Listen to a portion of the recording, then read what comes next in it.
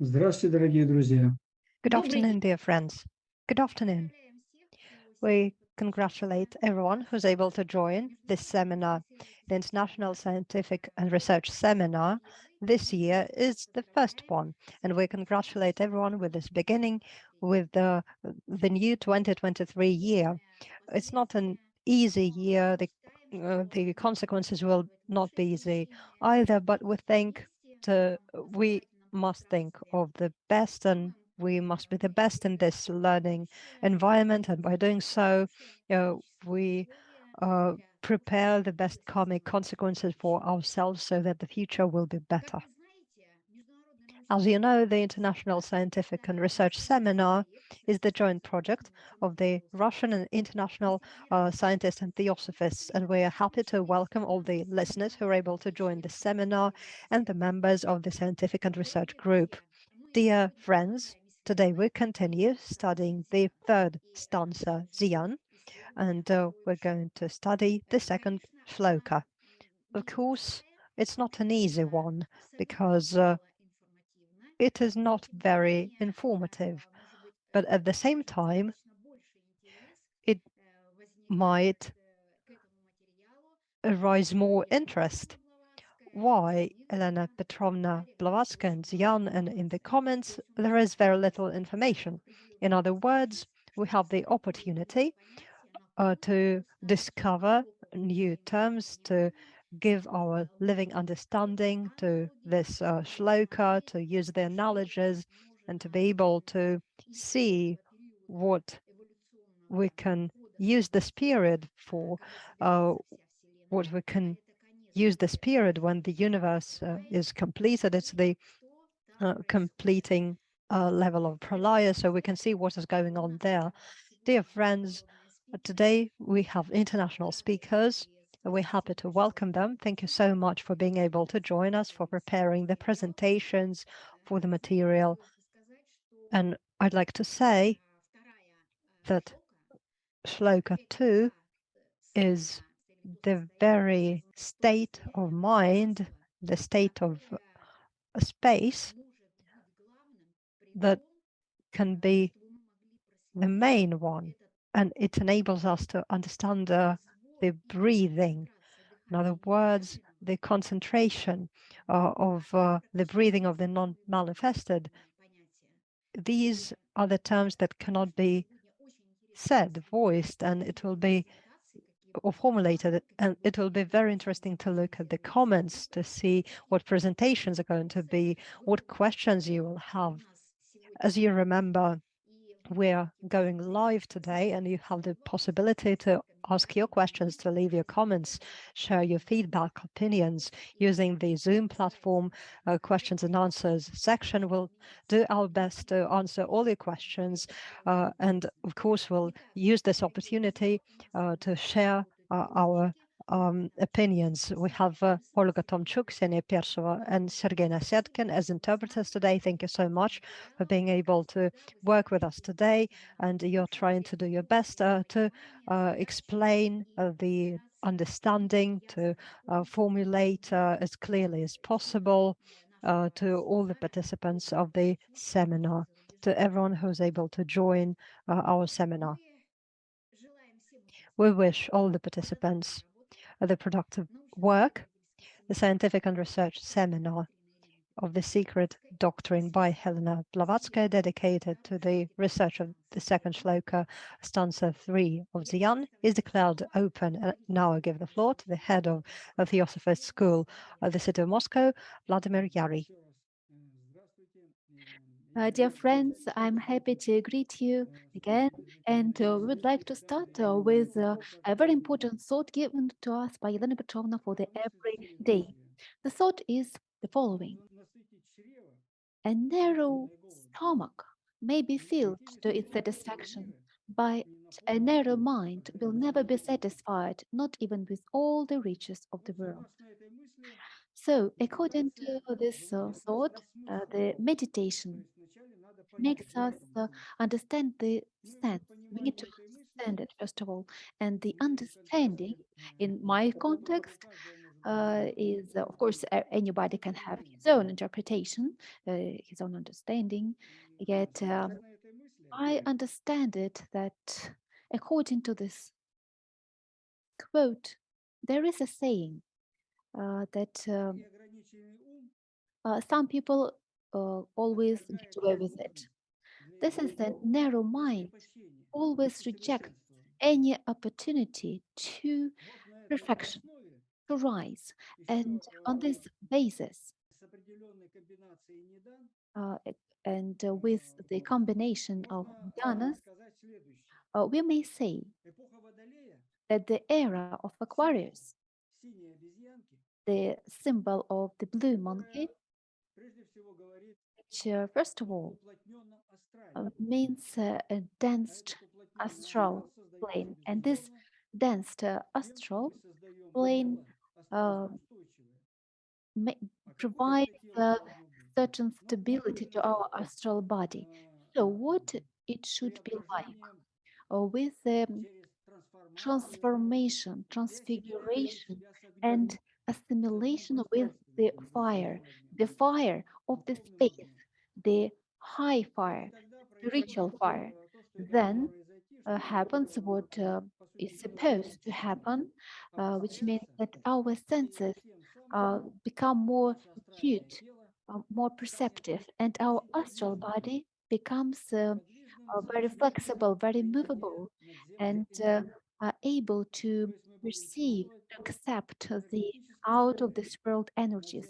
We will be able to feel the field around our planet and will be able to penetrate by our intention through the cosmic ether the information that it carries about any ideas and any forms. The century of the white dragon, and it means the condensation of wisdom. The white dragon is the masculine principle, and in these two parts of Nidana, dragon and snake, both white. The white dragon is the symbol of masculine principle, which means it gives the impetus for life. And this is the great sense of this century. Our life should be understood. We should be aware about of our life by conscious understanding and learning of the existence. The time as itself gave this impetus. Yet everything depends on humanity, on our free willpower. That is why there is no exact number or figure which would define time or the beginning of the time as well as the century. As a matter of fact, it is not precise. The precision may be provided by the human willpower, and there might be a discrepancy up to 100 years or until the humanity is able to accept this opportunity to manifest wisdom, responsible action, aware action, because the existence is based on our achieving the responsibility for our thoughts, actions, and our energies. And this century means this destiny, this task for humanity to think, to create, to act responsibly. This is why the century for the humanity as a whole hasn't come yet. The century is now, and we have lived through a quarter of it almost, a quarter of a circle, a quarter of a century, almost 25 years. And the humanity hasn't accepted the responsibility, hasn't assumed the responsibility for wise existence yet. based on cooperation. And this is how society by humanity is defined possibility of terms and time. That's why we can never give the exact number. They are in the treasury of the white brotherhood. This is the century which should let us extinguish the angry, destructive fire and create the movement of light in our souls, which will transform into the world. Что при тепле зарождаются все виды форм, согласно идее, безусловно, устроенной на мировом Is предназначении. based on the universal destiny of the commonwealth. The mouse of the mouse, the black mouse symbolizes the beginning of the movement or impetus for movement of the consciousness, which means the awareness. And of course, the mouse during all these months tries to push the man to respond to this calling, the calling of the law of justice and the law of the causes and consequences.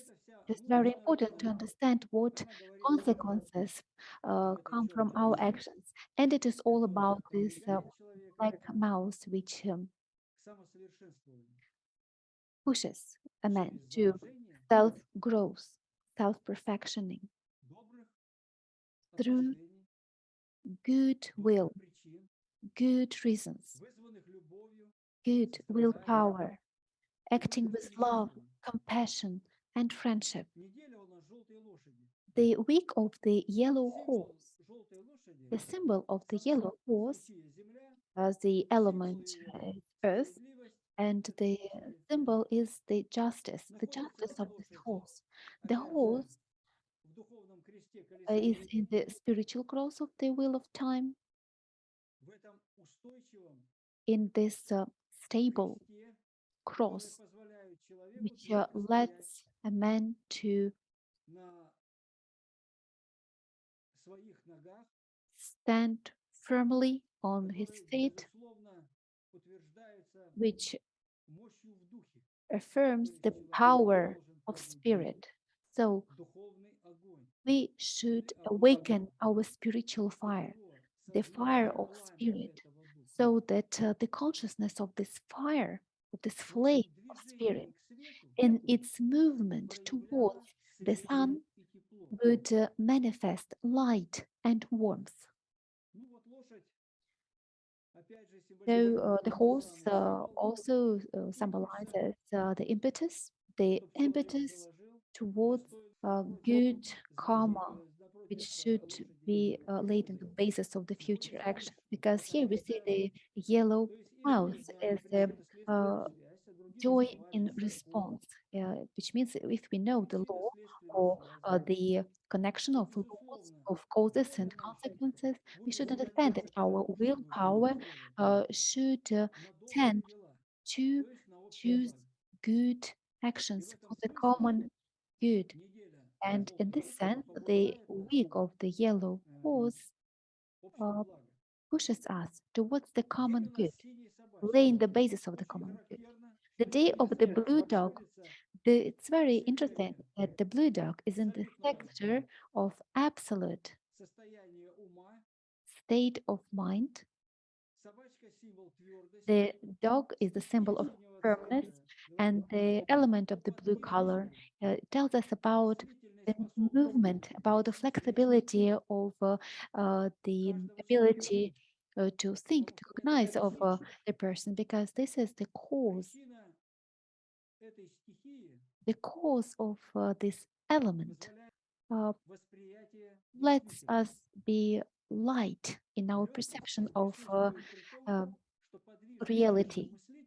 The light, the lightness of it can be concentrated in the supreme or high thought and generate the high thought by this. By this, the firmness is affirmed, the firmness in the spiritual cross of the wheel of time. You understand the firmness or the stability. The dog itself, and in front of it, there is a blue dragon.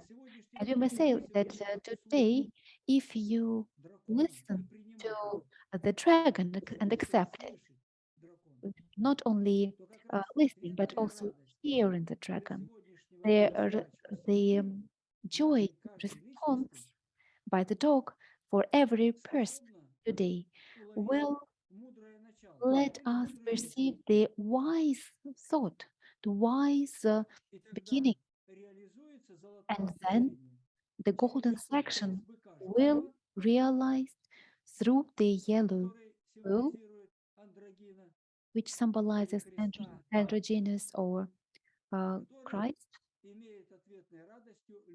which has love as response joy. This is how the dog goes through realization and love of the spiritual man through this love.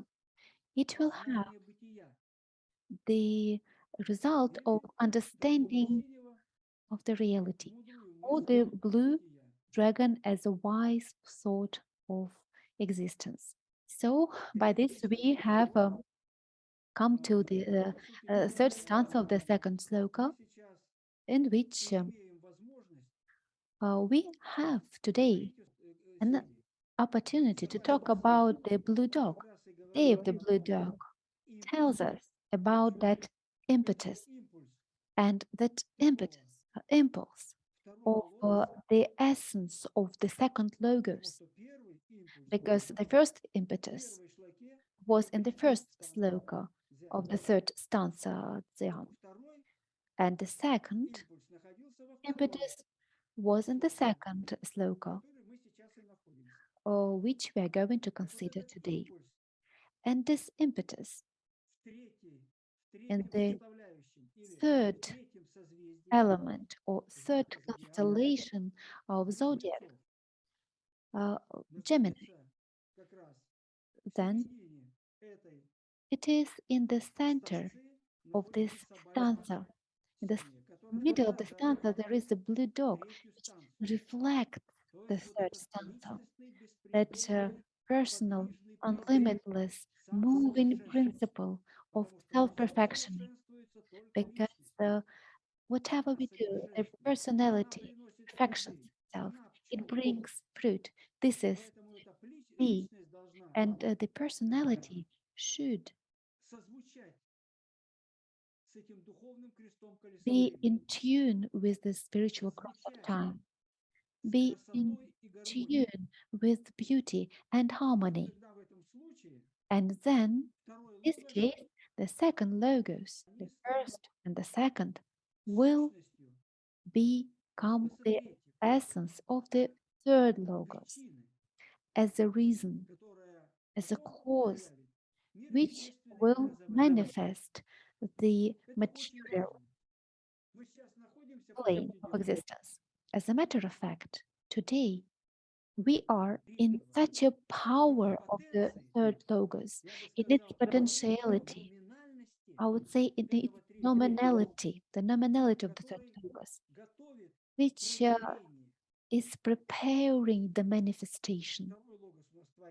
The second logos is creative, and the first, their nominality, the power of the impetus is in the first, in the second stanza.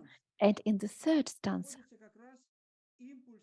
the impetus of manifested power is, and the essence of everything, if you take the third stanza, is in this blue dog, which symbolizes the manifestation of divine through personal, that future saint fourfold.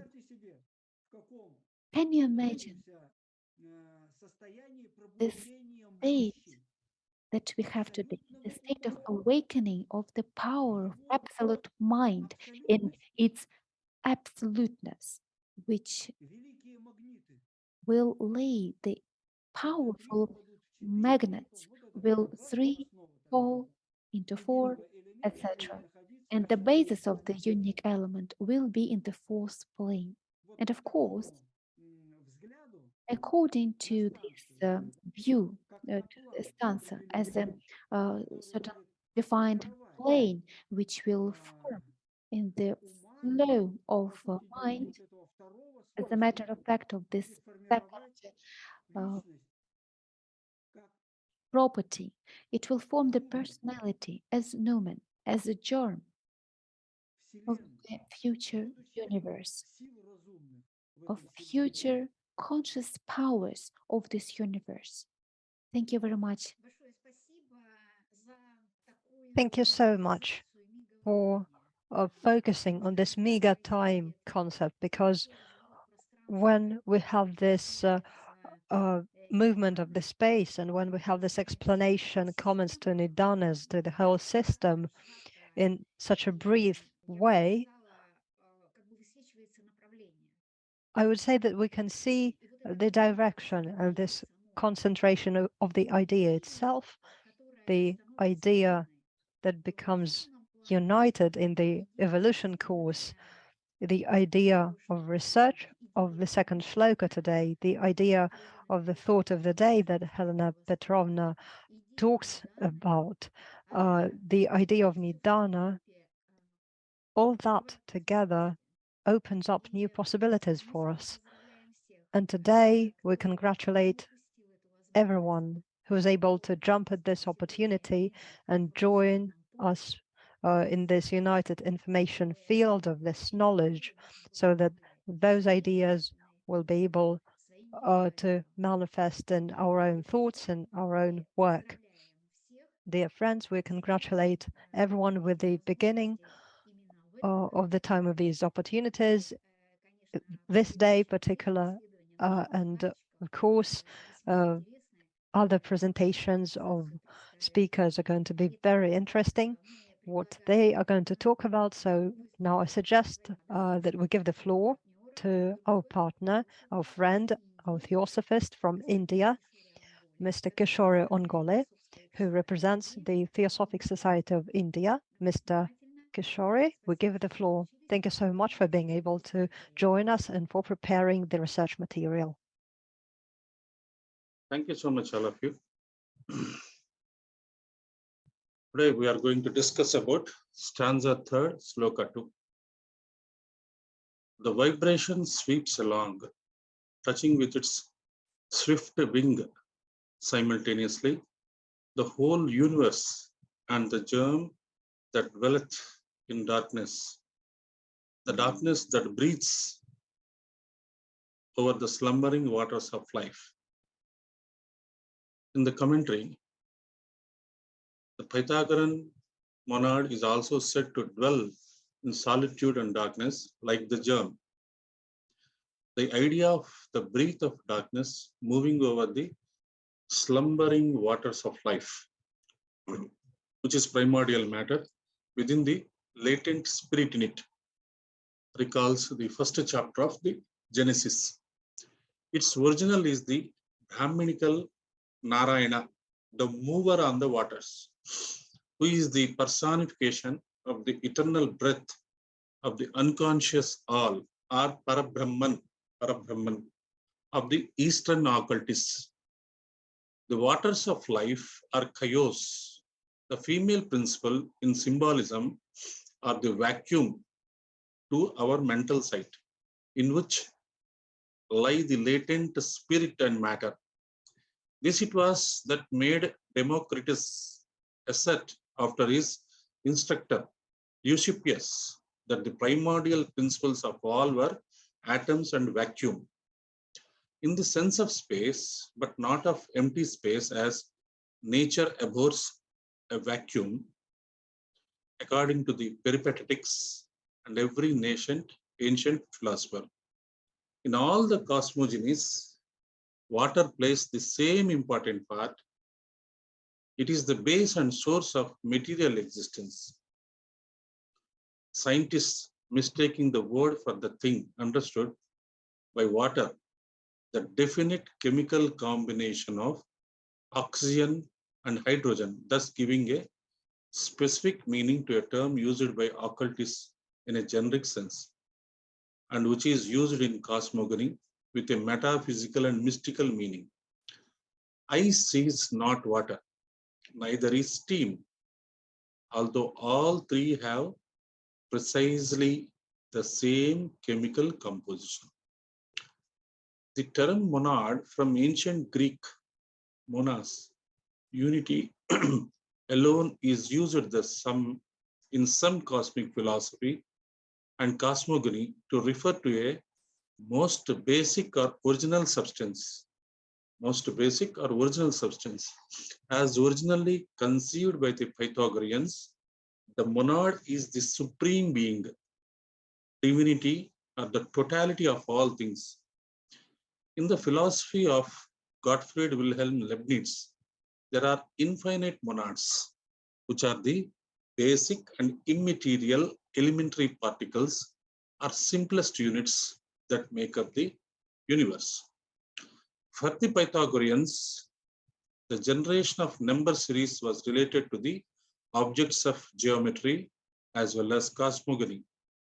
According to Diogenes Laertius, from the monad evolved the dyad, from it numbers, from numbers points, and then lines, two-dimensional entities, three-dimensional entities, bodies, culminating into the four elements: earth, water, fire, and air, from which the rest of the world is built up. Here we give a symbol of the circled dot was used by the Pythagoreans and later Greeks to represent the first metaphysical being, the monad or the absolute. Here I would mention a quote: Ekam Sat Vipra Bahuda Vadanti is a sutra quote from all of the over 100 Upanishads. This aphorism means that which exists in one, call it by various names by sages. Just as milliards of bright sparks dance on the waters of an ocean above which one and the same moon is shining, so our evanescent personalities, the elusive envelopes of the immortal monad ego, twinkle and dance on the waves of Maya. They last and appear as a thousand of sparks produced by the moonbeams only so long as the queen of the night radiates her luster on the running waters of life. The period of Manvantara, and then they disappear. The beams, the symbols of our eternal spiritual egos, alone surviving, re-emerged in and being as they were before, one with the mother source. Let me try to explain the word slumbering waters of life in the following lines from the stanza.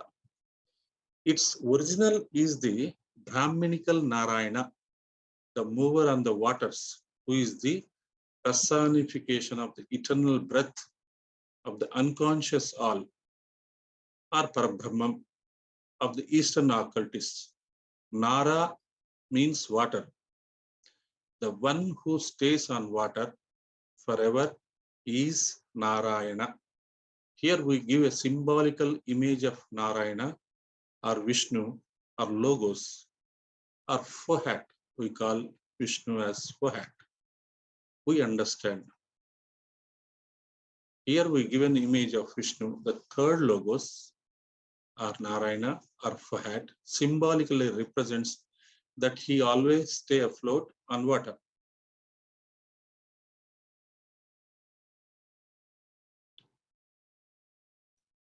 After the proem, at the start of the Secret Doctrine Part 1, a page is there where meaning of a verse given from Nasadiya Suktam.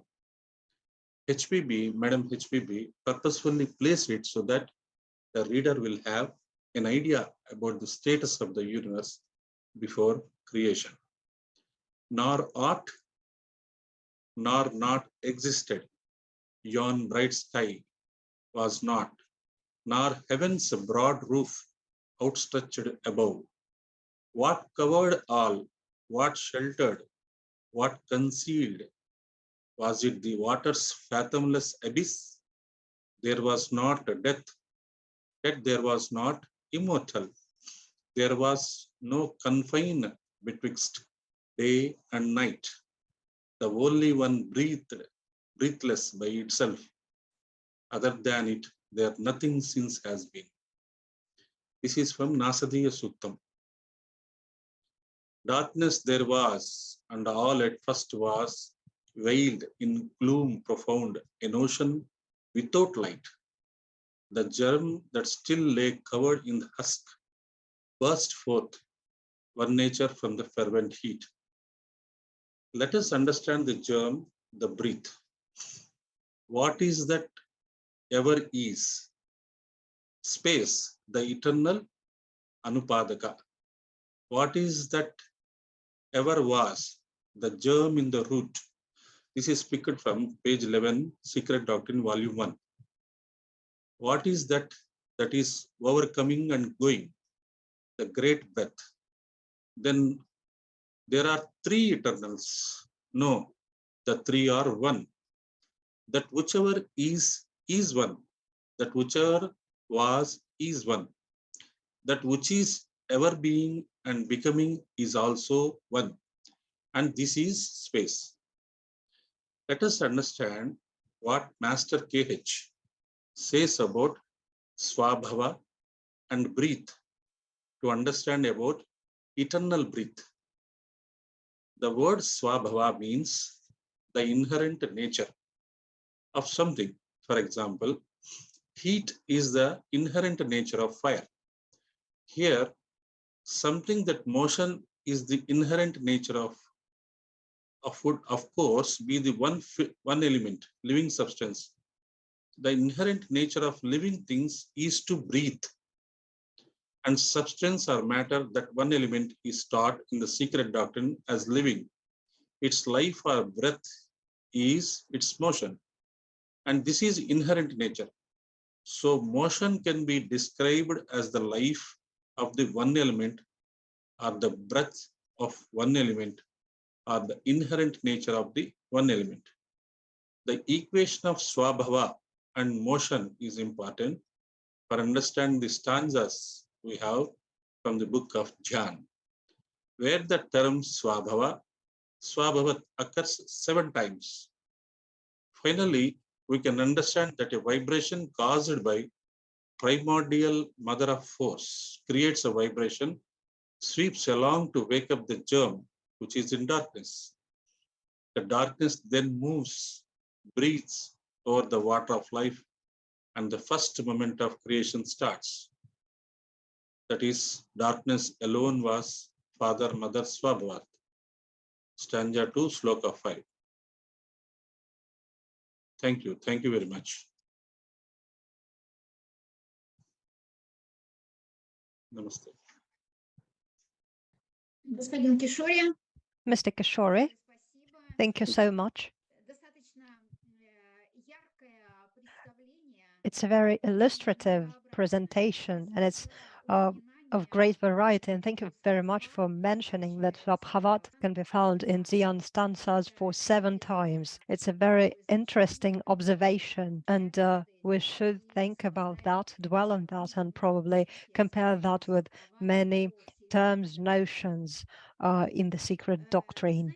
And also, I'd like to say the following. When we go within the system and study the Dhyan itself, starting from the introduction of the secret doctrine, the prologue, the first, the second stanzas, and now it's the third stanza that we're in, we have a great path behind ourselves. It's this, the path of studies, this cosmogony, and there have been new discoveries, new thoughts, new comparisons, but we've built the general system. And each Sloka opens up its own individual nuance that we need to discover for ourselves. What this shloka makes it different from this or that shloka, from this or that notion that have already been given by Elena Petrovna. And we will never be able to find this difference, to identify it in order to understand the essence of the shloka, until we stay within the material of the shloka itself. It's a very complicated task. There's very little information, and the first thing that everyone wants to do is to start looking for this notion in other stanzas and other materials and other descriptions of cases, and by getting outside of this framework, we destroy the system, and we destroy this flow of understanding. And by doing so, we forbid ourselves from delving into this essence, because there is no tension that is needed. It's always easier to study the material using the images that are given by some scientists, that are given in other philosophical fields, that are given in other shlokas of Zion stanzas.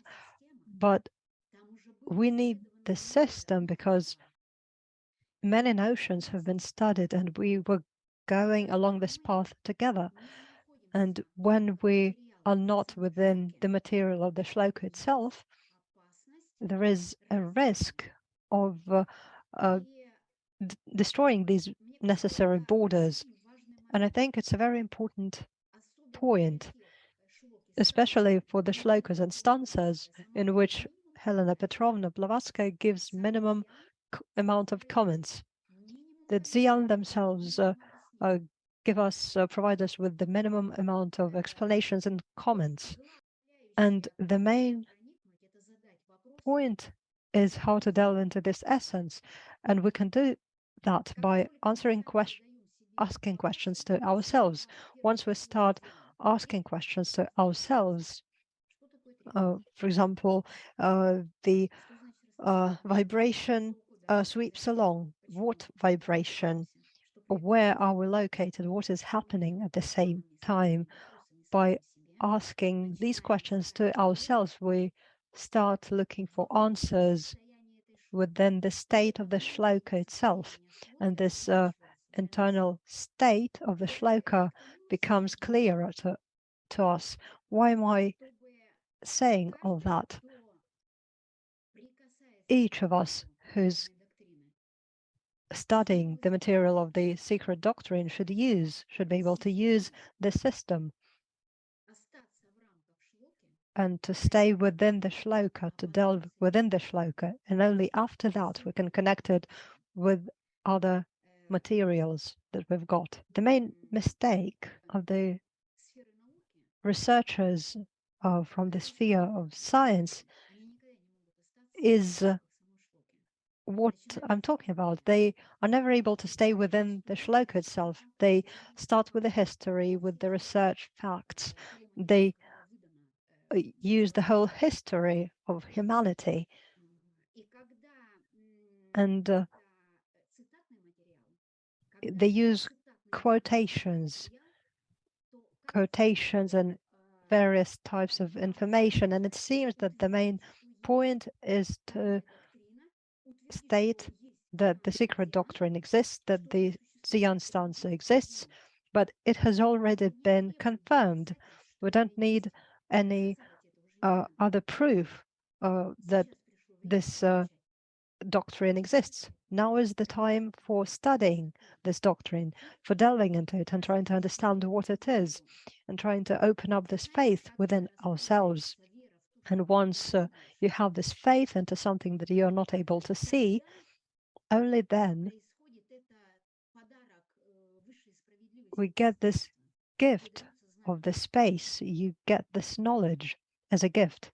These are the thoughts I wanted to share with you, so that you'd be able to see that when our speakers or members of the scientific and research group, when they comment Zion, when some notions are discovered, explained, then new provisions are created, and these provisions give life to this whole system. That is important.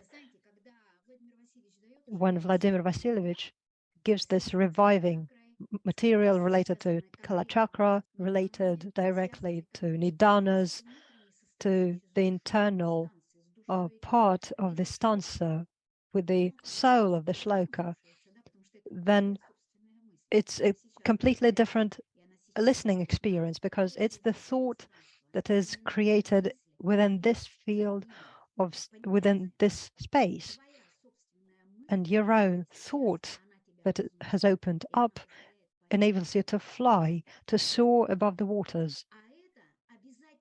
And this is a compulsory part of the knowledge of what we're studying. It shouldn't be based only on the feelings and emotions or only on the reason. We need to use all of that. When the intellect is connected to the heart and the soul, the feelings, then we get the fundamentals of Agni Yoga.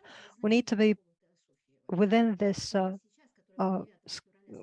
knowledge. And in Moscow, we'll have the school events. Why is it important? Each member of the school on a daily basis work with this material.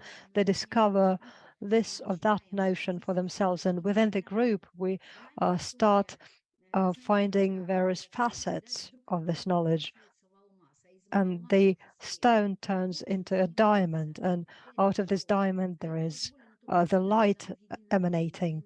And all that is possible only when we are in one rhythm, when we are within one system. When you're doing it alone, it's never possible to do that, because it's as if you haven't given life to all this knowledge. It hasn't touched the internal fire that is within the human beings. I believe that now it's high time that we used these studies, and so that these studies would touch the internal fire of each human being. When this truth starts shining, it touches each person's mind, regardless of their profession, of their job, their activities, their location in the world. There will always be the response, because the human evolution or the nature of the human mind is of the antagonic nature. And our Kogans are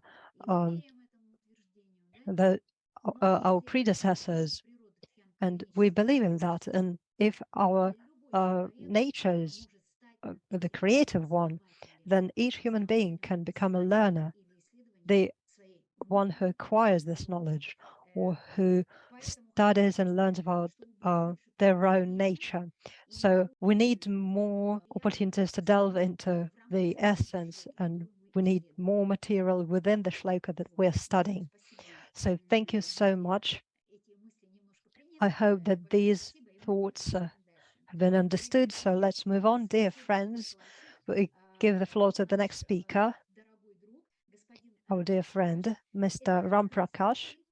He's the representative of the United Lodge of India, Bangalore. Mr. Ramprakash, thank you so much for having prepared this material. It'll be great to see, to listen to your presentation. We'll give it the floor.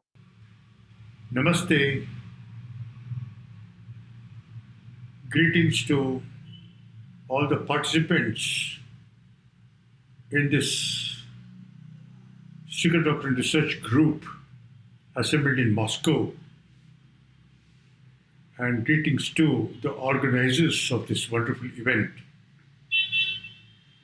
It is my conviction that we learn Theosophy better by sharing with fellow students what we have understood.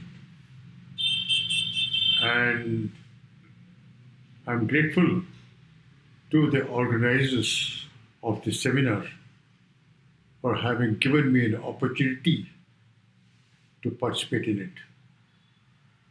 We are considering verse 2 of stanza 3 of Cosmogenesis, volume 1 of the Secret Doctrine. Let me begin by reading the verse, second verse of the third stanza. It reads, "The vibration sweeps along, touching with its swift wing simultaneously the whole universe, and the germ that dwells in darkness. The darkness that breathes, moves over the slumbering waters of life."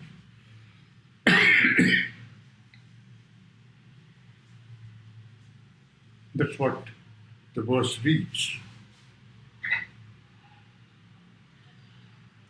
Let me share my understanding of the meaning of this verse.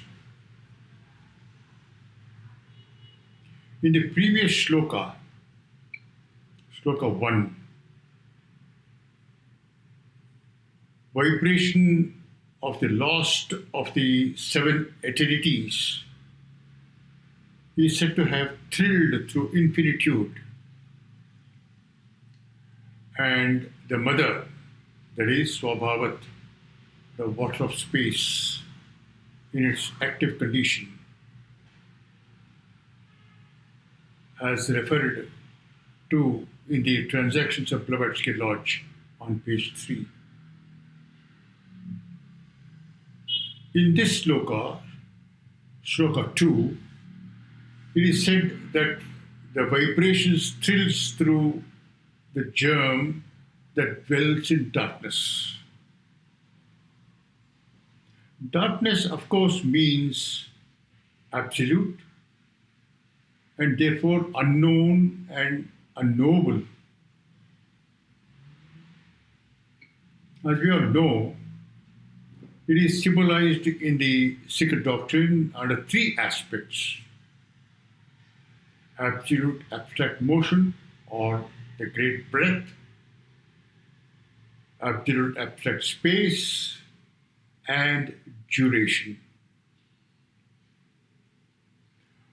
What is described in verse 1 seems to be the initial stage in which the great breadth assumes the character of pre-cosmic ideation, as said on page 15 of the ST volume 1.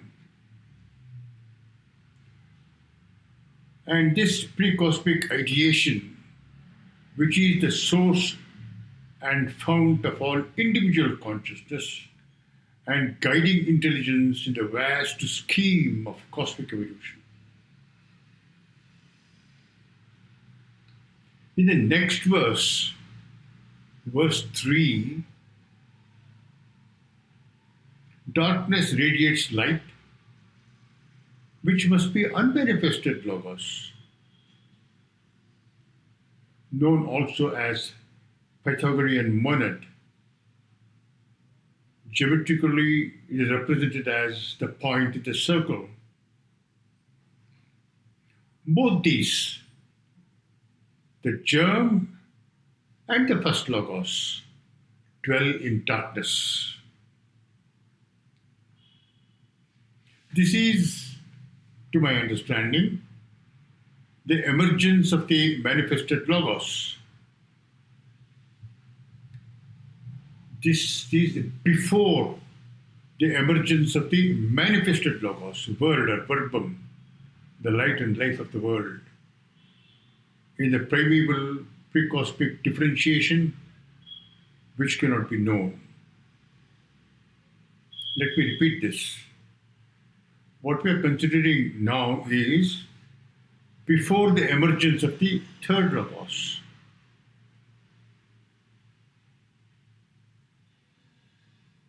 In the primeval pre-cosmic differentiation which cannot be known. Hence, it is described as darkness. Pre-cosmic ideation, the unmanifested light that first radiated from the unknown, is the spirit that dwells in or moves over the dark worlds of space containing the germ. In Manusmriti, this is called Narayana. Nara meaning water, and Ayana meaning moving upon or dwelling in.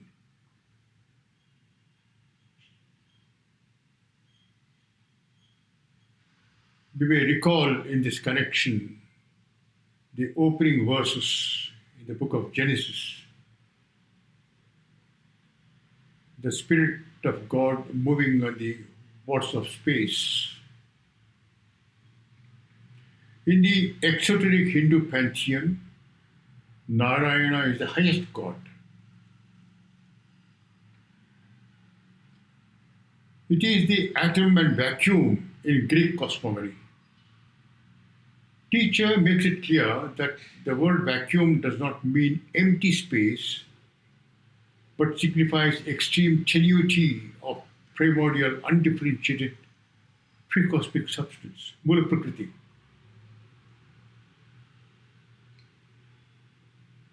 The term water or water of space used in the Secret Doctrine is a subject for meditation.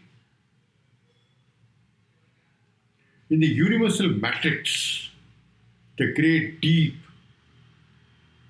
Aditi, Akasha, Mula Prakriti. Let me repeat this. What is called dark waters of space seems to be universal matrix. The great deep, also called the great deep. Aditi, Akasha, Mula Prakriti. The deepening shadowy manifestation of this Akasha descending into matter in stages seems to be first Alaya, and then Pradhana, and then Prakriti in 7 aspects, and finally, on the material plane, oceanic expanse on earth.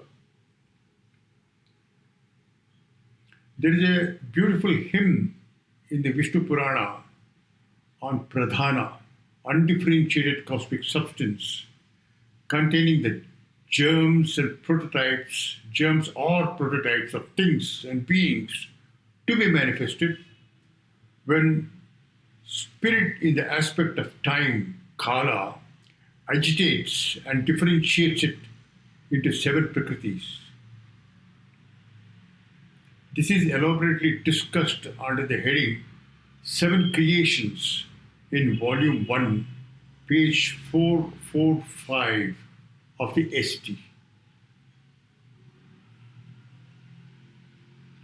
In the Transactions of Blavatsky Lodge, in answering questions put to her, HPB gives an important explanation as regards figurative language used in the SD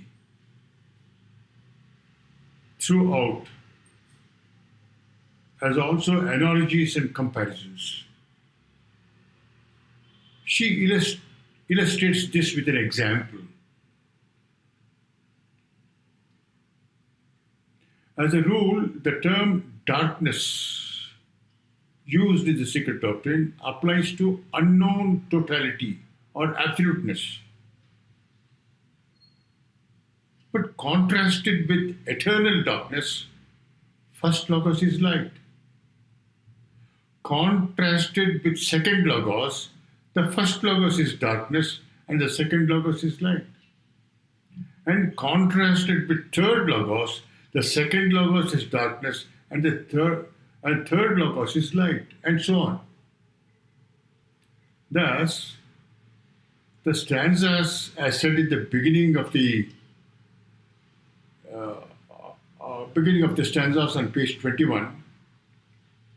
The 7 stanzas are the 7 terms of the abstract formula which may be applied to systems above and beyond the planetary chain, to the solar universe, to the universe of its solar system is a macrocosm, and so on up the scale. And also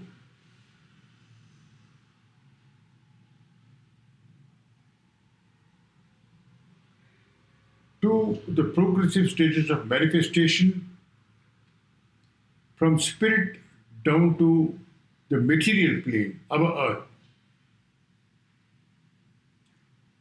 It can also be seen that the processes of nature follow in concrete form the lines of abstraction on higher planes. Hence, St. Paul said, our world is a mirror of pure truth. So I end this brief presentation with a quotation from second volume of the ST and page 268 on this analogy and correspondence. It is said, it is an eternal combination and images are repeated from the higher rung of the ladder of being down to the lower. Thank you. If there are any questions, we may consider. Thank you all. Господин Рампракаш, огромное спасибо. Thank you so much. Thank you so much. Очень интересное было такое It was a very последовательное interesting объяснение второй шлоки. explanation of the second shloka. Что ассоциативно And it's great that we were able to see all the associations and we were able to see the building of the stairs, of the images that are on the higher planes, on the unmanifested planes. And then we go to other planes. And of course, we are within the concept of the 3 stanzas of the secret doctrine. And there are 3 unmanifested planes, the higher planes. And it's great that today you were able to highlight these thoughts. Dear friends, we have prepared the presentation, and the main goal that we set before ourselves, as per tradition, within the studies of a particular shloka, is to stay within the shloka itself, and at the same time to try and find some new aspects so that we'll have the possibility to think about all of that, to meditate on that.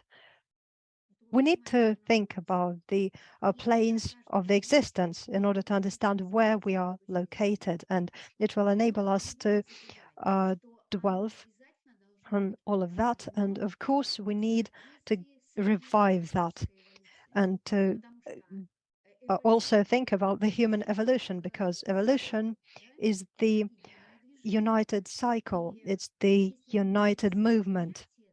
If we don't have the necessary connection and find all the aspects that we need, we won't be able to understand what it's going to be about.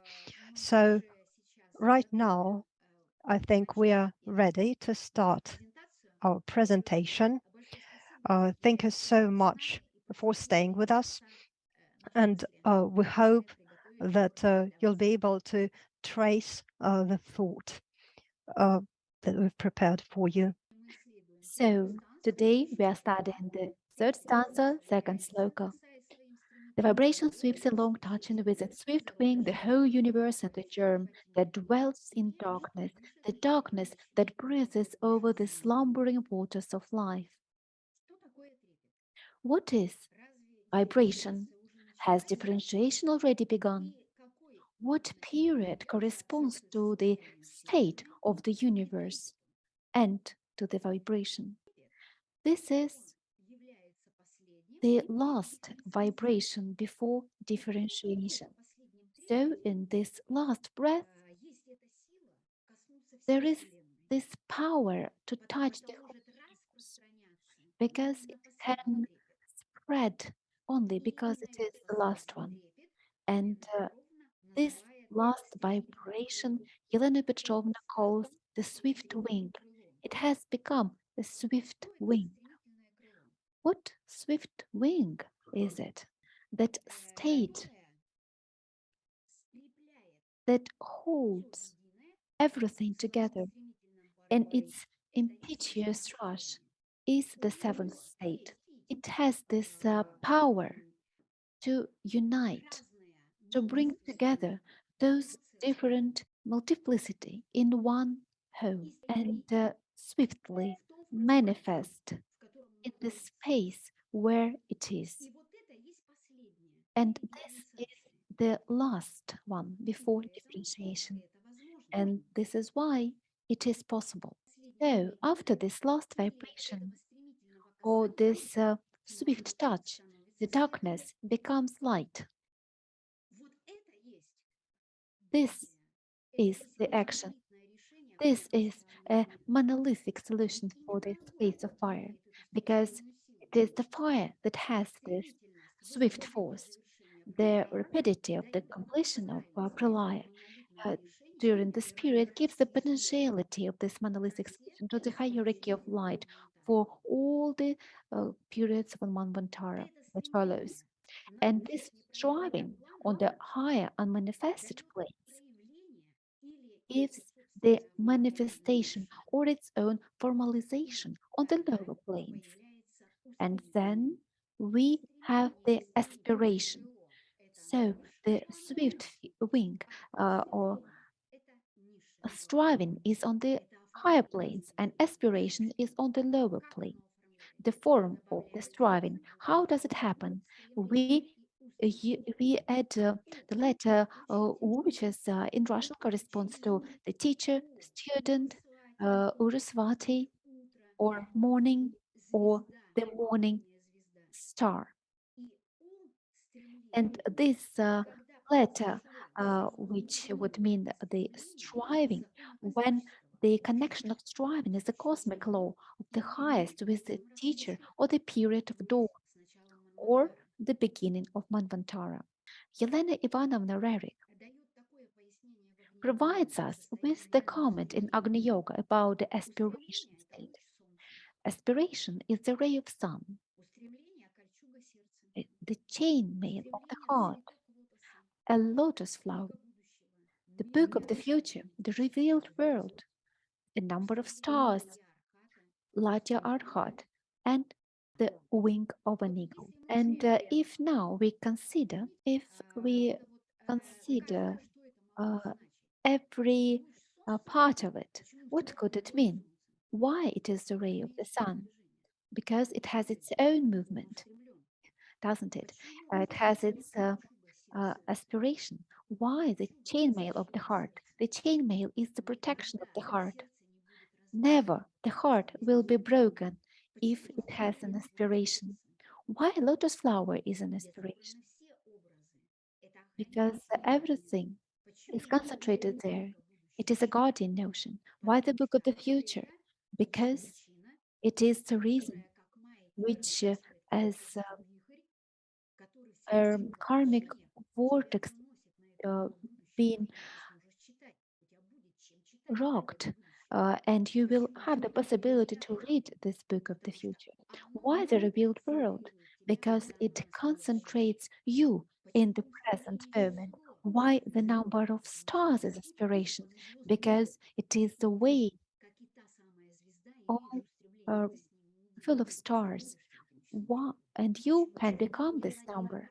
Why Latya Arhat is aspiration? Because it is the basis, the latya or the basis is why the wing of the eagle. It's very interesting because it associates, and you understand, it is not about wings, but a wing, because we are talking about unity, and we know that an eagle is the uh, bird that flies higher than others. This is the aspiration to the highest plane. So we have that the aspiration is a state of the zip holder, lightning holder. And how can we understand whether we are able to do it or not? How can we hold this lightning? By being patient, by having a harmony of feelings. It is the aspiration itself. The lightning, we know that it is a state of the space uniting two opposite energies, the great synthesis. It is the fire in the space. When does it happen? When we can unite, we can bring together, when we can not only reveal the lightning from our consciousness as an insight, but also to hold it by our willpower. That's so why all these human factors, aspiration is a state of a lightning holder. The aspiration moves all the systems of knowledge. And we'll be back together a bit later. And important to understand that these two notions, which explain what is aspiration, they should be remembered and understood. The aspiration drives all systems of cognition. So, aspiration is the wing, which corresponds to the swift wing, the touch of the entire universe. As far as we understood, it corresponds to the symbol of the Kalahamsa bird. The Kalahamsa's wing was not divided, so it possessed this impetuosity, transmitting certain one great task, great basis. In this impetuosity, the wing of Kalahamsa, which was not divided, transmitted the unity to all Manvantara. It is the potential power of unity of this great task. How can this be? Of course, it's very interesting to consider Kalahansa notion and see what it means. Kalahansa or Hamsa, Sanskrit, is the mystical name given to Brahma or Parabrahman, which means a swan within and beyond time. You see, it is a very interesting symbol, which means the simultaneous presence within and beyond time. What could this be? It is the symbol of Brahma, the symbolic bird dropping an egg into chaos, which turns into the universe. The Hamsa bird was carved on the walls of temples and symbolized a perfect union to which all heavenly beings aspire. What union is it? It is the union of within and beyond time, the union of the eternal and the present. It also symbolizes inhaling and exhaling, the breathing of spirit. The Brahman, the unmanifested, as well as the creator Brahma, was called Kalahamsa in the writing, which means, as explained by Western Orientalists, the eternal swan. Thus, in this affirmation, a big mistake is revealed, and Elena Petrovna pointed out the Brahma, the unmanifested Brahma, should be regarded as Hamsa Vahana, or the one who uses the swan as his carrier, and not Brahma the creator, who is the true Kala Hamsa. Yet both notions totally correspond to our philosophical terms. Unanimous, three voice, seven voice, logos, denoting all one and the one, everything in everything, as they say in the translation about the real meaning of Kala Hamsa. Kala also means time, and Hamsa also means carrier. What does it give us? Kala Hamsa is the time carrier. Kala also means black or dark, which means darkness. So the time hadn't been manifested yet. It is in the darkness, and the darkness that resists over the slumbering waters of life. Let's have a look how it corresponds to numbers. Third stanza, second sloka. 3 and 2 gives us 5, the symbol of manas. Let's have a look at the correspondence to these great numbers through the planes of existence.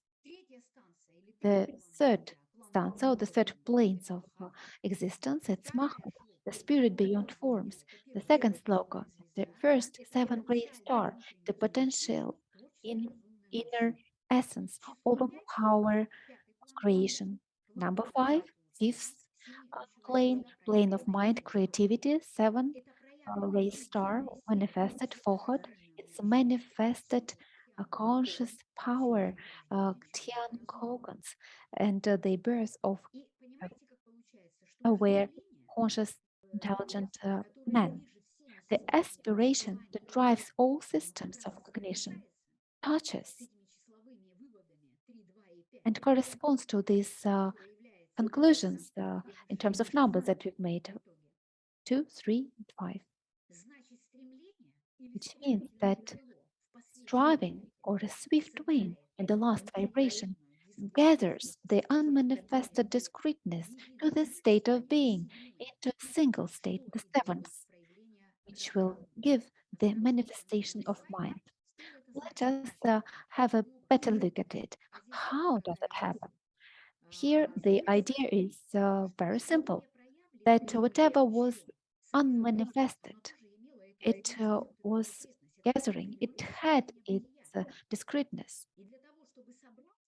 And yet, in order to get to this united state, seven, it was necessary to be touched by this last vibration of the swift wing, which will move all systems of cognition. Where will it all turn into? Into the seventh state, which will give the possibility for the mind to manifest. Hyang Kogan power, the reason for the birth of Homo sapiens. The third stanza, second sloka, the conclusion. It is the inner formation of the carrier or base of time, its inner essence or manas, which as a condition will become the appearance of time when the time comes. Since we know that what is the time? Time is very relative. It is not, it exists, it does not exist. All depends on the state of consciousness. The state of consciousness, the state of our manas. When the consciousness manifests, the man appears, the time appears, all this start to exist. When this term comes, when differentiation starts, when Manvantara starts, yet now it hasn't started yet. In Sanskrit comments to this stanza, the terms used to define this principle are new. And in the earliest manuscripts in Hindu literature, it is called an undeclared abstract deity and it has no name. Usually, it is called that or tat in Sanskrit, and it means everything that is, has been, and will be, or can be comprehended by the human mind. And in this kind of names, of course, only in esoteric philosophy, as unknowable darkness, vortex. It is also called, it is from Kalahansa, Kalahamsa, or even Kali Hamsa. And the equivalent of Hamsa translates to Ahamsa, three words which mean I am him. They divided in different way can be read as Soham, or he is me. You see how all gets together in this jigsaw puzzle. And those who understand this language of wisdom can perceive the universal mystery and the secret doctrine that contains it. And this is where this glyph or allegory comes from. But Kalachakra and later Ron, it was given to um, Rama, Kamsa Vahana, the one who uses Hamsa as its carrier. It's a very interesting translation because the same word can be read as Kalahan, Sa or I am uh, the eternity of time, which corresponds to Zoroastric religion, who so that I am what I am. Yet the symbol of Hamsa, be it me.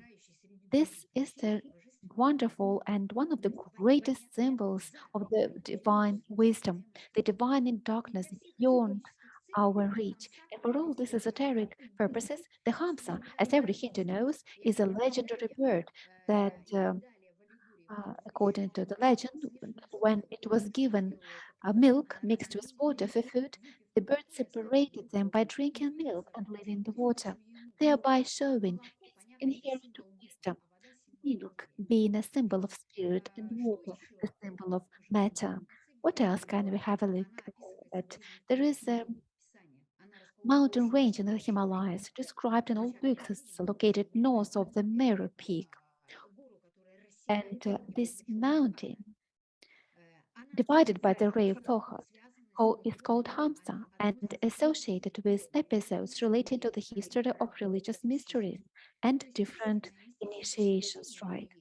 The true mystical meaning is the representation of the universal bosom, represented by the primordial waters of the abyss, or opening for the acceptance and then for the successive exodus of a single ray, logos, containing seven other rays, or creative forces, or logos or builders.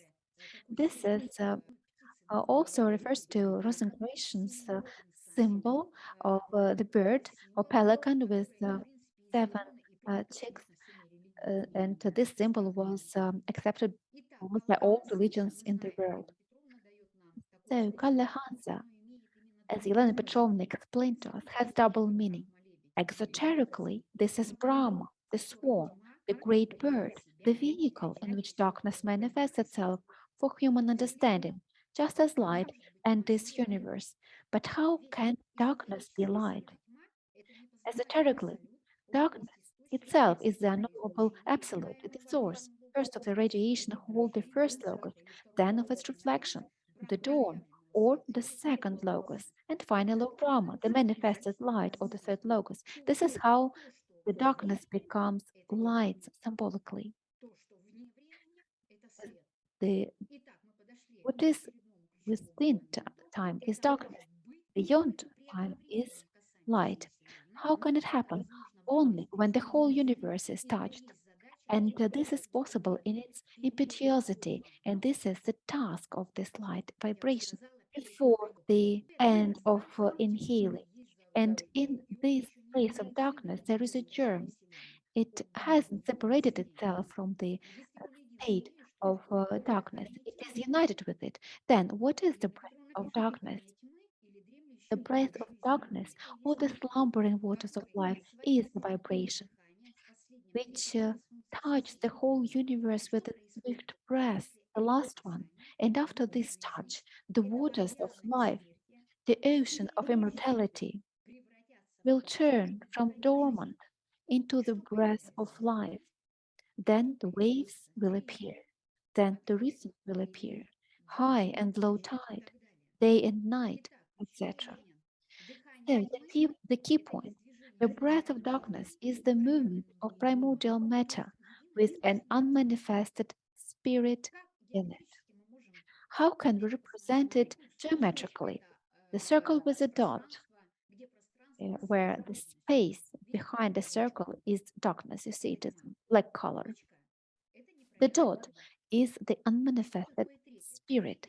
And what is the vibration? The vibration is the space inside the circle. This is how we can represent it geometrically. The darkness beyond the circle of unmanifested spirit and the space inside as vibration. What is circle with a dot inside? Is Pythagorean modus or the root cause, the only one, the one then becomes duad when it emanates from the higher manas or the reason for all causes. Elena Petrovna brings this association. When she says, throw a stone into the water and the waves will disperse from inside out. This is the vibration. This is the touch by the swift wing, the touch of the whole universe. We can see how it happens. The universe here is not a cosmos or world beyond forms, but a formless space, the future carrier of the manifested universe. The space is the same as eternal darkness or the darkness of the universe or parabraham, yet the germ is eternal as the space. If this germ is one with space, then how does the vibration touch it? The vibration corresponds to the dot, the unmanifested logos. The darkness implies an unknown universality, unity. In comparison with the second and third manifested logos, the first logos itself becomes darkness, and the other two become light. The key point: the vibration touches the whole universe and the germ which is hidden in the darkness that moves over the waters of life. This is the state before breathing. In this case, the last breath before the inhalation starts, and when the exhalation will appear and revive the waters of life, and the knowledge, the cognition of life will begin. The sun will appear, the light will appear, and the universe will appear. Well, all this can happen. Yet now there is only germ. It is the dot in the mundane bed, the germ inside it, which will develop into the universe, into everything that exists, into the boundless periodic cosmos. And it is the symbol of the seven gray star, the germ, which is periodically and alternately either hidden or effective. The one circle is the divine unity from which everything comes and to which everything returns. Its circumference a, a relative symbol due to the limitations of the human mind and presupposes an abstract, eternally unknowable presence. Its area is the universal soul, although both of them are one, we can see it now. Whatever has the power of propagation is the last or final one, before the start of a new action or cycle. The power or the vibration of darkness or the breath of the spirit which rose above the slumbering waters of life touched in its swift movement the entire universe and the germ that dwelt in it. From this moment, another process begins. What process are we talking about? The slumbering waters of life have ceased to slumber, since absolutely all space was touched, and the first movement of the wave or prism was given. Something gave the impetus to the beginning of the breathing. The vibration sweeps along, touching with its swift wing the whole universe, and the germ that dwells in darkness, the darkness that breathes over the slumbering waters of life. Thank you very much for your attention. We have some time to stay within these energies, and we have many questions. Yet, before, we would like to give the floor to the members of our scientific research group, and we have here the director of Scientific Research Center, the PhD of Physical Science, Professor of St. Petersburg Polytechnical University, to the great by name, St. Petersburg, Russia, Mr. Sergey. We are so happy to see you here with us today. Sergey Pavlovich, please, you're welcome to share your opinion and your feedback after this Sloka, or see your comment to the lectures. You're welcome. Dear friends, I'm happy to welcome all of you. And first of all, I'd like to say that the principle of the egg that is used almost everywhere in Theosophy, for example, and we discussed the germ and the future egg and the universe and everything that exists and is going to develop. This principle has been confirmed in theoretical physics as well. It is used widely there, and any elementary particle, this This is the singularity surrounded by virtual particles, by the cloud of virtual particles or subplanes. The third stanza in the second shloka enable us to see, and I think Evgenia talked about that, it is the content of the singularity within the egg. It is the Laya center, the original Laya center, that will be the beginning of manifestation. And this is the description of this procedure. And also I wanted to share my thoughts regarding what has been said. What has been said in the stanza. The vibration sweeps along the whole universe and the germ itself. And I think we can say that the universe is the unmanifested space that exists and that will have multi-planes universe. And within this egg, this germ is our universe that is going to be developed on all the planes. But maybe in this multi-planes unmanifested universe, there might be other eggs of the universe. Thank you so much. Sergey, thank you for this scientific imagination. It's always great to hear you and to listen to your suggestions. And I think that and I can see that our listeners are sending you a lot of smileys.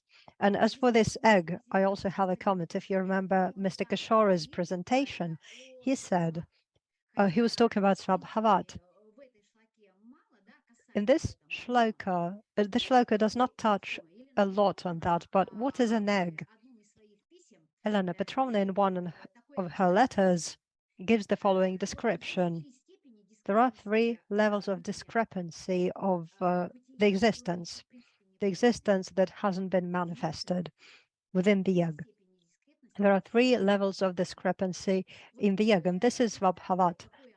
Just imagine what this egg looks like. At first, it was united. Of course, there may be many universes, but then this principle was preserved but at all the levels, the higher and the lower levels. Svabhavat is the only higher trinity within the egg, and it is the symbol, because Svabhavat is love.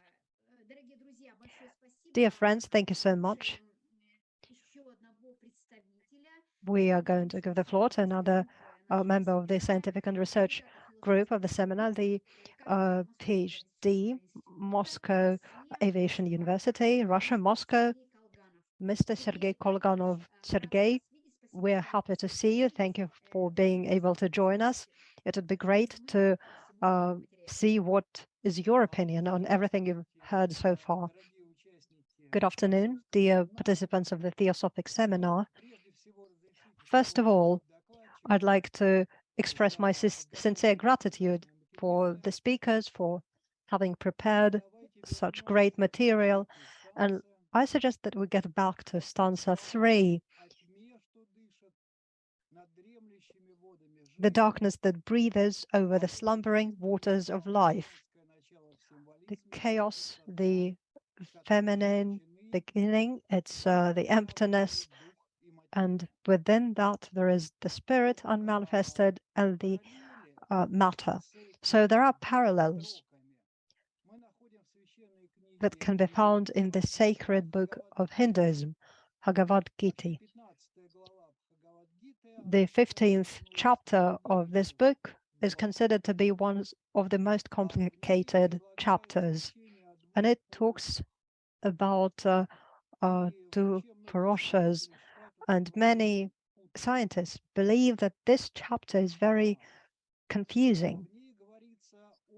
This chapter talks about the higher spirit. The whole chapter is the yoga of the higher spirit. This is the name of the chapter. And it talks about the higher spirit that is outside of the global processes, and it synthesizes not only the individual Purushas, but also the Dwada in Prakriti.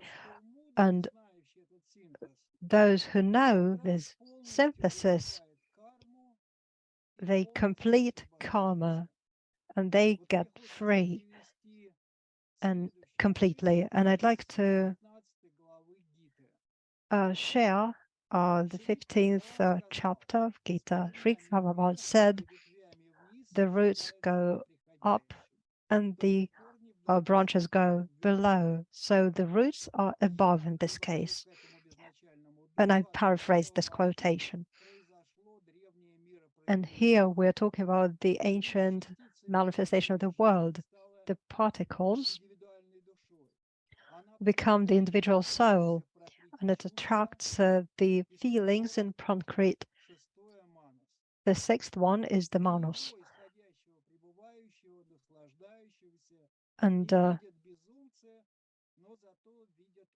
it can be seen only by the wise eyes. And the practitioners can see that.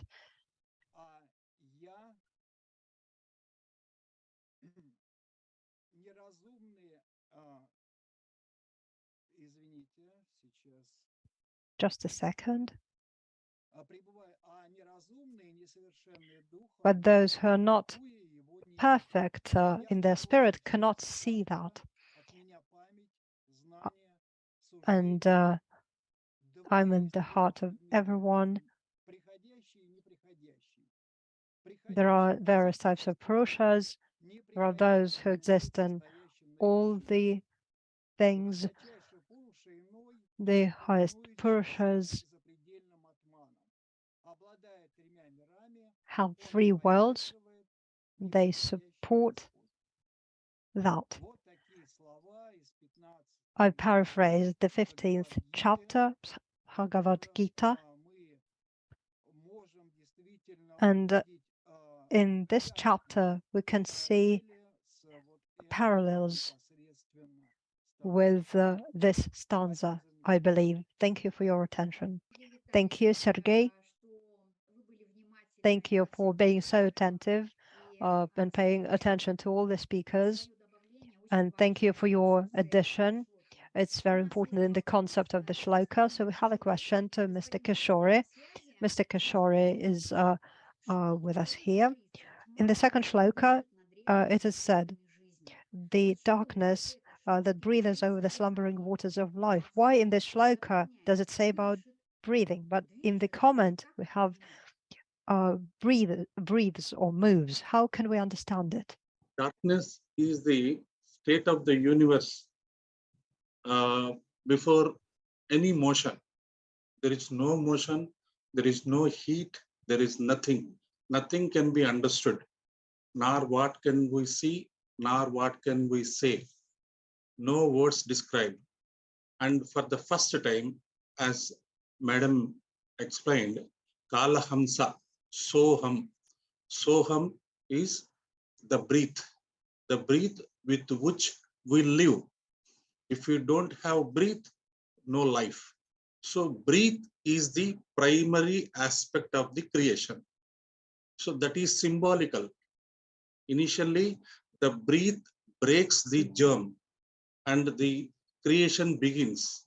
And when the egg breaks, the waters of life sprouts.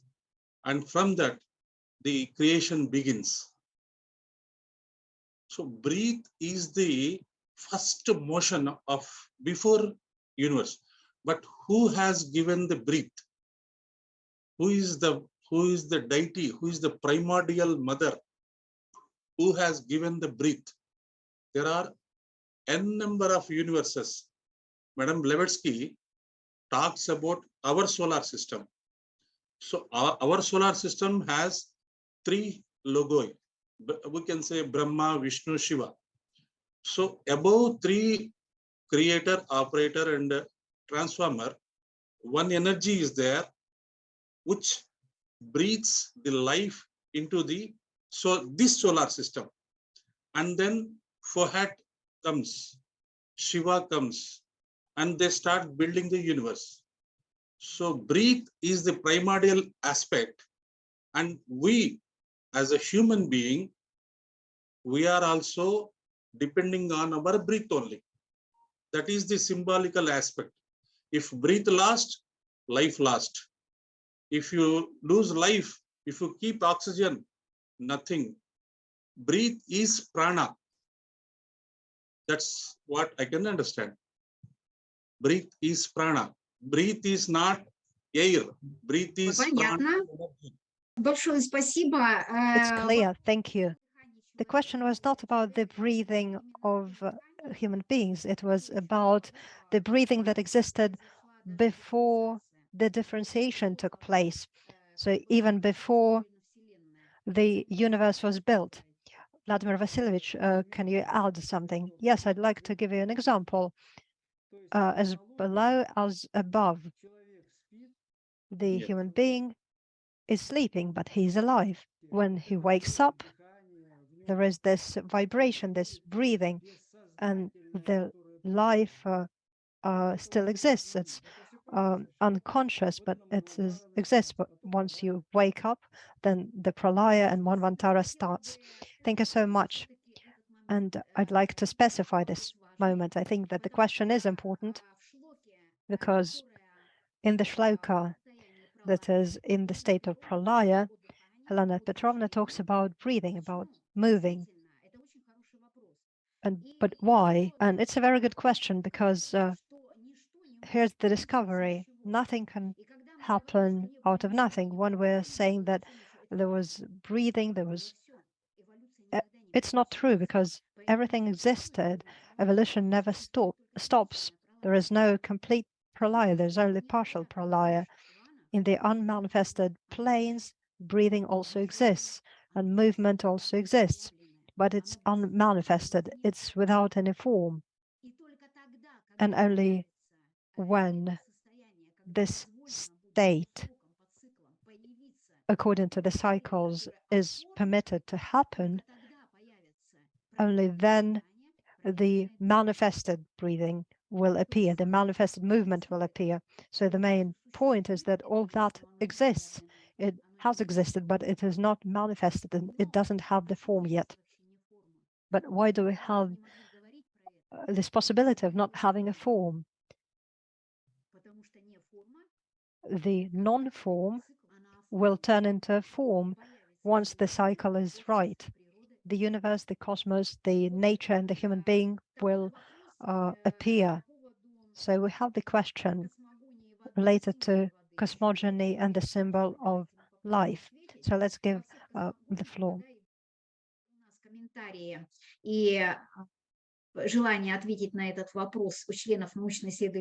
The question about water and symbolism of water. If anybody would like to comment on this, please, you're welcome. And now I would like to shed some light into this.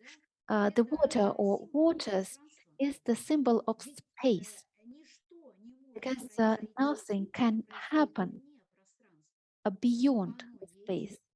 It is the eternal place for everything. This is my vision, my answer to the question about what are the question for Sergei Pavlovich Shubkin from our listeners. May we say that the expansion of the matter of mother in the first sloka creates the possibility for the vibration in the second sloka. Sergei Pavlovich, please, you are welcome to comment. Well, I think yes, because naturally the second sloka is the continuation and it reflects whatever was before. Yes, I think this is the right understanding. Right? Anything? Well, let me precise a bit. Of course, it is a very good point. It is true, yet it's not about the expansion, because in the first sloka, the mother swells from inside out as the body of the lotus, and the what expands? Only the vibration. On the vibration reflects and touches the whole universe. Of course, these are connected, yet the mother only gets swollen from inside out, so that the state can be manifested, the state of the last vibration that will expand later on. Well, we have another question, very subtle. Our listener says we would like to listen to Sergei Vitalovich Kalganov. Sergei Vitalovich, question for you. What is the difference between the vibration in the first sloka and the vibration in the second sloka? Yes, that is quite an intricate question, and the shades, the nuances between these two vibrations require a separate study and a deep consideration, I would say. I have a comment on the breathing itself. I remember that the continuation of the secret doctrine, which I means the teaching of the temple, in the volume 1, the unit 241 of the teaching of temple, there is a passage about 7 breaths, and the most sacred one, which penetrates everything, is the primordial breathing. It's auric breathing. And all who is interested in the breathing can refer to this continuation, the teachers of the temple about breathing. As to vibration, in this case, if we try to draw any parallels with the continuation of the secret doctrine about the teaching or about the breathing, we can say that it is a passage from the breathing number 7 to the 6th one. Thank you very much for the question. Sergey Vitalovich, thank you very much for your comment. Vladimir Vasilyevich, the floor is yours. Well, as I've already mentioned, this vibration is the impetus of the first logos and second logos. Third, this is it. The key point here, I would like to precise, what is the difference between the vibrations in the first and second sloka? In the first sloka, the vibration trembles. But it expands only in the second sloka as a swift wing. It touches the whole universe. It is the last one.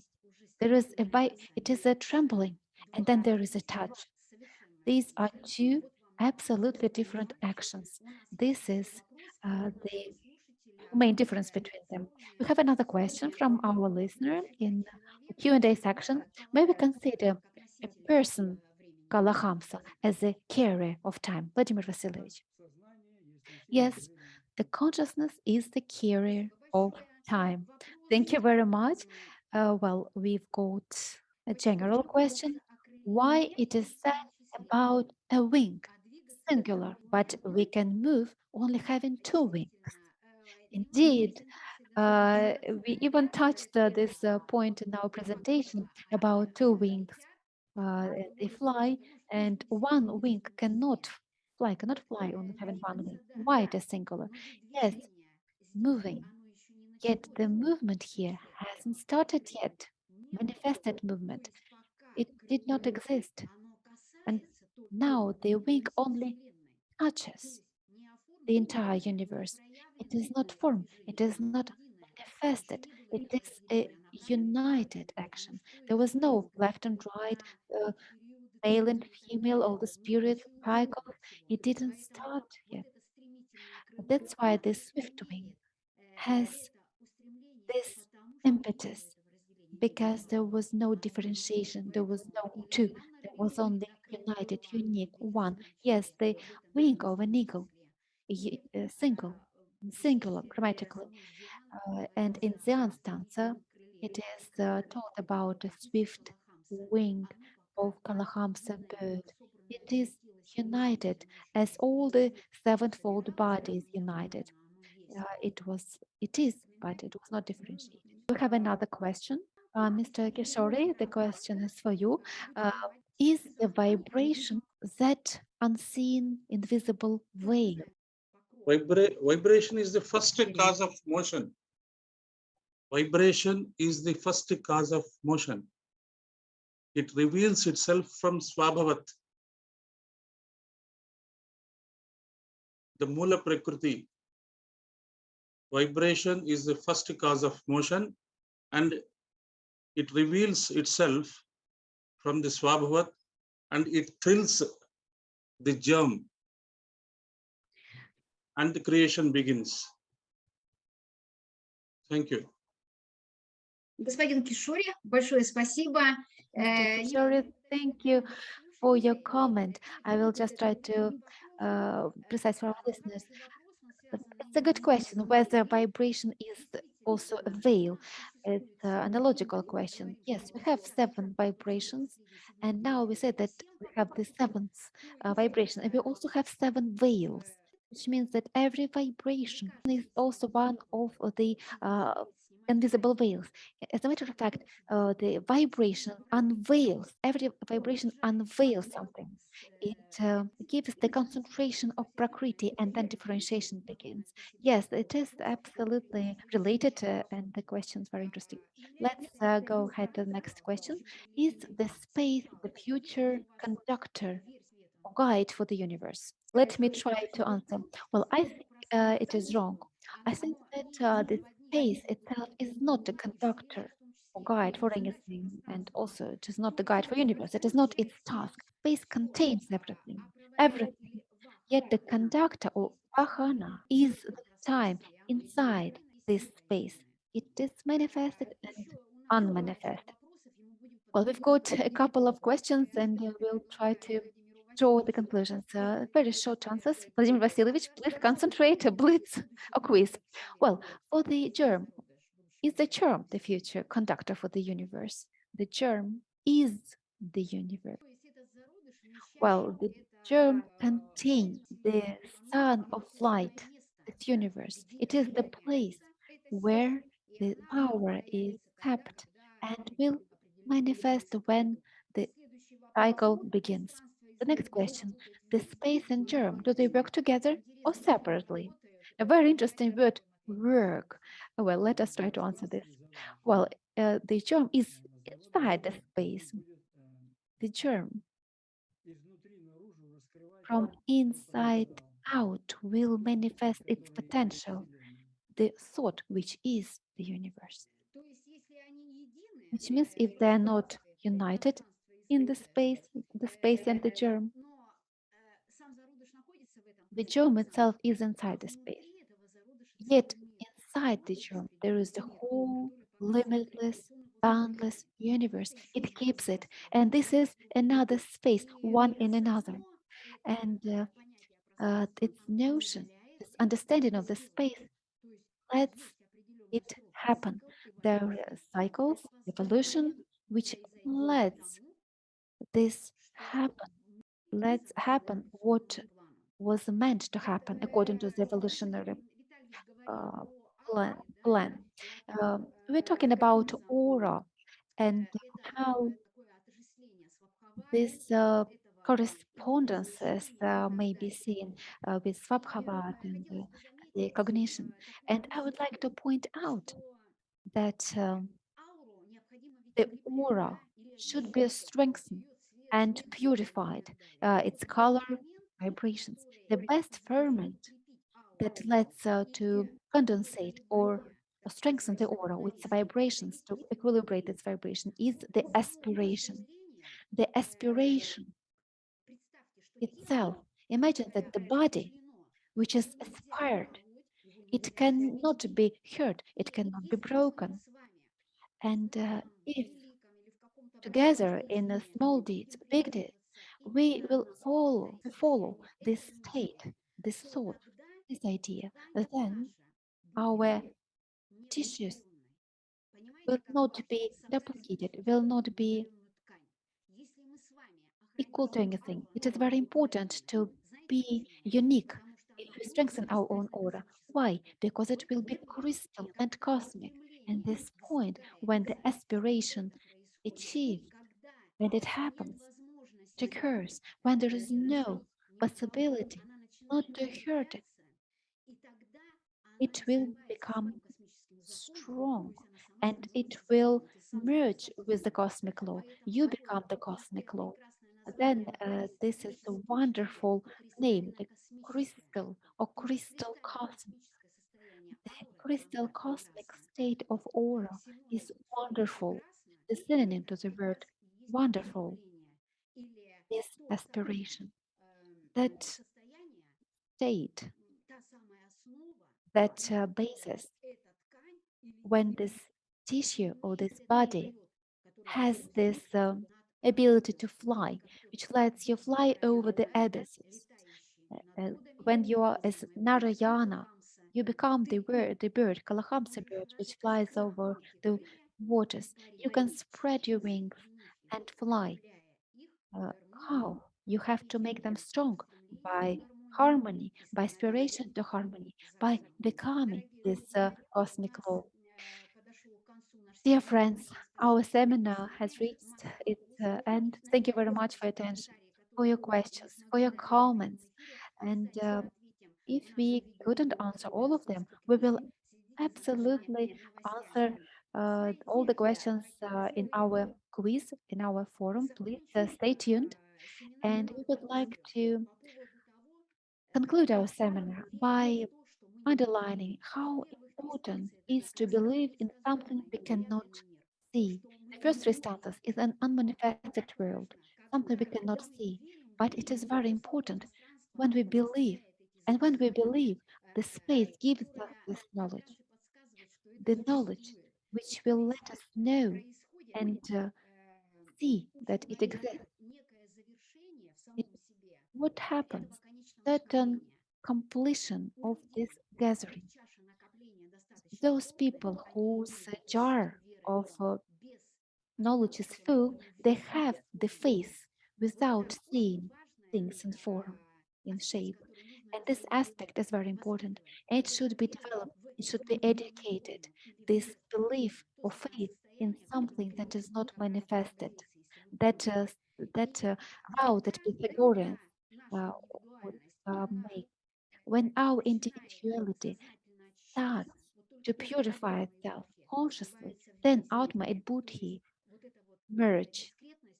This discreteness gets united. And this is the solution for hierarchy of light. When the light wins over darkness, this is the law. And this is how this high quality of psychic energy in human being works. It wins.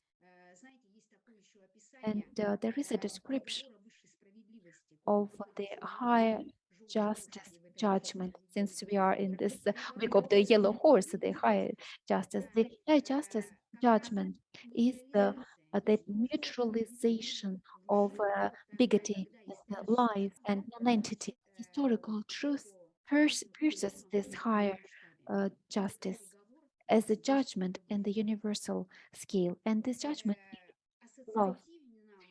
Um, if we associate the state of this space, this love is Svabhavat, this discreteness of the first three that are united in the egg, and Kalahamsa bird that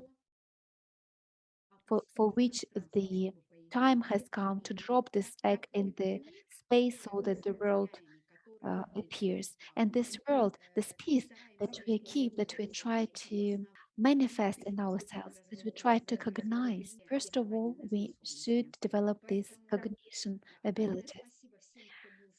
Thank you very much for being with us today. It was a very interesting and unusual seminar, very interesting presentations. Thank you very much for your presence. And next time we'll meet on the 16th of February. And the overview of the second stanza overviews are very interesting. It will be uh, Thursday at 6 p.m. Moscow time. And the next seminar with our international speakers will take place the 25th of February. We'll have interesting presentations, interesting guests. We'll continue studying the third stanza and learn the third Sloka, a wonderful space which is more beautiful than any other space. And by waiting, anticipating to this beauty, the revelation of this beauty, we'll be waiting our next meeting, thanking all our presenters, our listeners, those who contributed with their own field, with their magnetism. We feel your presence, and the space is united.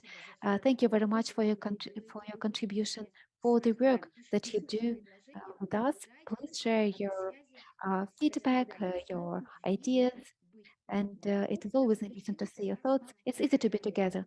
See you on the 16th of February. Thank you very much, and goodbye. Light and love. Goodbye.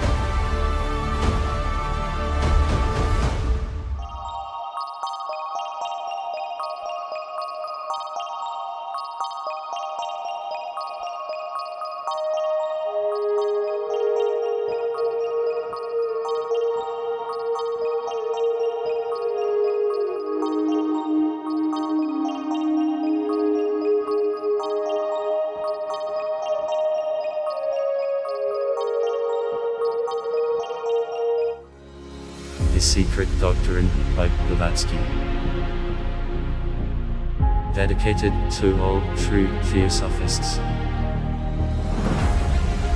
Book of the Third Millennium. Blavatsky only knew